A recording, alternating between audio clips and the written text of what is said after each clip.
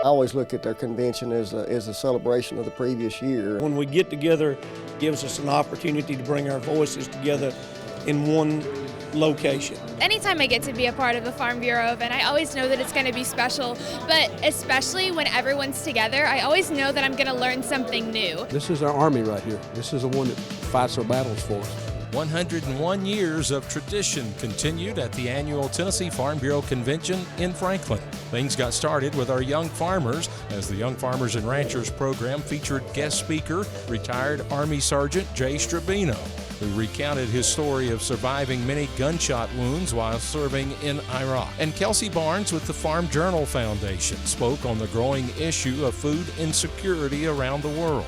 According to the United Nations, we are in a global food insecurity crisis, which means that there's a significant number of nations who are food insecure, and even within that, we're seeing more and more areas that are experiencing everything from famine, meaning that they have no food access at all and are going through starvation, up to a more minimal level of they just don't have the income, or there is a lack of food, so they're going to bed hungry some nights.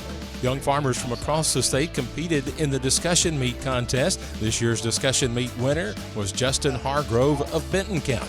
The convention also includes an industry partner trade show, and Tennessee Fish and Wildlife had their display trailer on site for people to take in. 5 Farm Bureau volunteer leaders from each district were recognized for their years of service to the organization by being awarded with the Distinguished Service Award. Judge Stephen Baden, who sits on the Court of International Trade, was one of the keynote speakers. He spoke on the importance of Farm Bureau members being involved in forming policy by letting their voice be heard. When an agency makes its decision, it makes its decision on the basis of information that's been submitted to it. And when it gets reviewed in court, what was submitted to it during the rulemaking process is the only thing the court can look at. So it's really vital that Farm Bureau members and others involved in American agriculture have their voice heard in that process, because if it's not heard then, it won't be heard at all. And President and CEO of the Tennessee Valley Authority, Jeff Lyash, spoke on the importance of the TVA and farmers working together. Our communication with the farmers along the Tennessee River and the other river systems is better today than it has ever been. We cover issues like planned river flows, what we think water levels are going to be. We try to take into consideration what they have going on with putting out and bringing in their crops. We discuss riverbank erosion issues and how we might solve those. And you know, it's never easy, and there's always hard decisions to be made. But I think we understand better today than we ever have their perspective. We will start our business. 240 voting delegates from the 95 counties took part in the business session, meeting to discuss and adopt the Tennessee Farm Bureau policy for 2023. All policy is formed and originates from our grassroots volunteers from across the state. You know, we're grassroots, so it's, you know, starts from the bottom up, and you know, you get to hear different views on stuff that way through the process and all. And you know, people have different insight on stuff, and you know, different areas of expertise, so to speak. So you know, it's a really good process that, you know, that lets that voice be heard.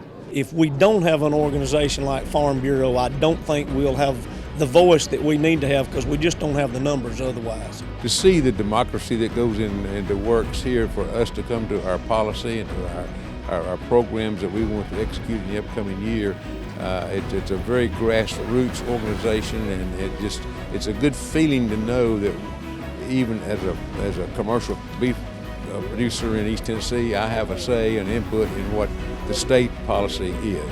This is serious business, and sitting in these policy meetings and realize this is where people make their living, and the Farm Bureau is what protects us from other things that's not good for us. I want my grandson to sit on that John Deere tractor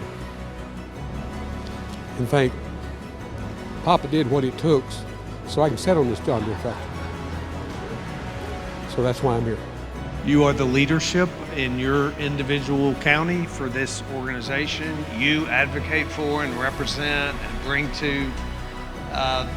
to voice the important issues that matter to farmers and rural citizens in our community. Tennessee Governor Bill Lee addressed the business session. He praised them for their commitment to agriculture and feeding America, and he reaffirmed his commitment to our most important industry. We got to invest in it. We need to invest in farmers. We need to recognize that rural Tennessee is incredibly important to the future of our state and our country, and that's really what Farm Bureau does. They recognize that ag, rural, that communities and those folks that are in those communities need a voice. They need to be represented in government. They need to be represented in policy. They need to make sure that the right legislation is going forward. Farm Bureau has been doing that for an awful long time, and I sure am glad they are.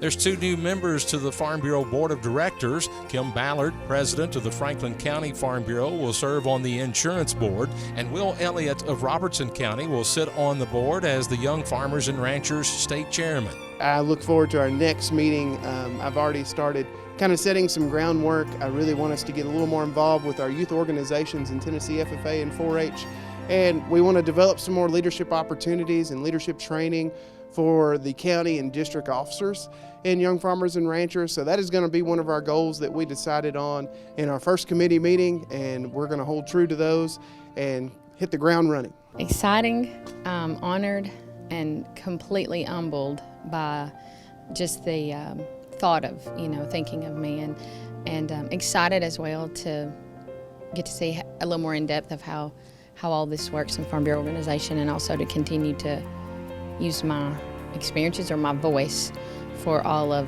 at least my people back home in the state. With the new board members in place and the policy set for 2023, our more than century-old organization is ready for another year of advocating for the world's most important industry. Farmers are the most optimistic people in the world, I think, and have to be to survive and to persevere through what they go through. And it's just an honor and a privilege as the president of Tennessee Farm Bureau to lead them in that effort to try to get through and to do what we do best in Tennessee is grow food and fiber and fuel and the forestry products, and to do that in a responsible manner